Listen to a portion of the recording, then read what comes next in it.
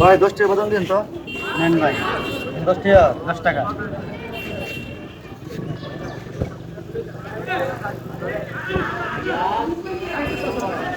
ভাঙতি নাই।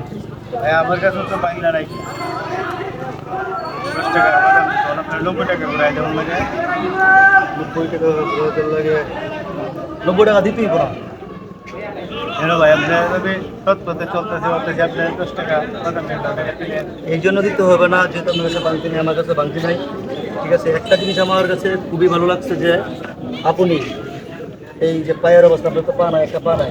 আপনার গাড়িতে চলাফেরা করি, এই গাড়ি দিয়ে বাদাম নিয়ে আসি আপনার দোকানদারি করি। আপনার পা নাই, ঠিক আছে, পা না থাকা অবস্থায় আপনি এই গাড়ি দিয়ে আপনি কি করেন, জীবিকা নির্বাহ করছেন। মানে আমার নিজের কামায় আমি চলতেছি, নিজের কামাই চলতে কেউ কাছে গিয়ে হাত পাতি না। হ্যাঁ হ্যাঁ, এই জিনিসটা আমার কাছে খুব ভালো লাগছে। আপনি যে দিলেন যে 100 টাকা দিচ্ছি 10 টাকার বাদাম নিয়ে, ঠিক আছে, এটা আমার কাছে খুব ভালো লাগতেছে। তো আমার কাছে যদি আরও টাকা থাকতো আমি আপনাকে আরও বেশি দিতাম। না ভাই এটি তো অনেক কিছু দিলেন, না না, এটা অনেক কিছু দিচ্ছিল, এটা আপনাকে দিচ্ছে, এটা আপনার সততার জন্য। এমনি অনেক কিছু হয়েছে, আপনি কি করছেন, ইচ্ছা করলে কি করতে পারতেন, অনেক কিছু করতে পারতাম। মানে মানুষের দ্বারা দ্বারা ঘুরে ঘুরে ঘুরে ঘুরে ঘুরে ঘুরে আমরা টাকা কামাইতে টাকা পারতাম। কামাতে পারতেন, অথচ সেটা এটা আমার করেন নাই। সৎ পথে আমি ব্যবসা করে চলতেছি।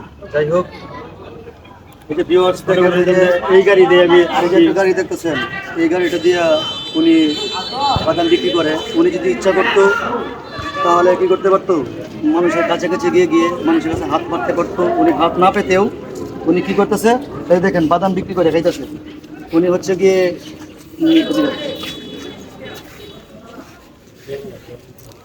উনি হচ্ছে গিয়ে আমাদের যে পার্শ্ববর্তী এলাকা গরিপুর উপজেলার হিদেউসাদ গ্রামের একজন মানুষ, ঠিক আছে, সোনাটি ইউনিয়নের একজন মানুষ।